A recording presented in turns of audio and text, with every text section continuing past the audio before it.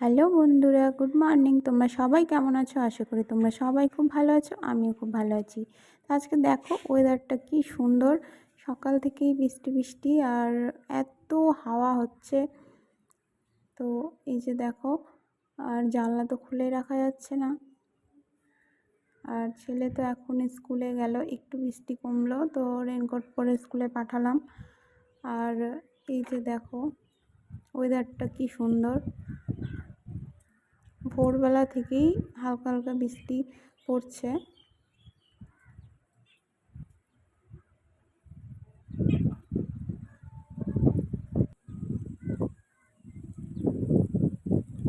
তো কমেন্টে জানাও কোথায় কোথায় আর বৃষ্টি হচ্ছে।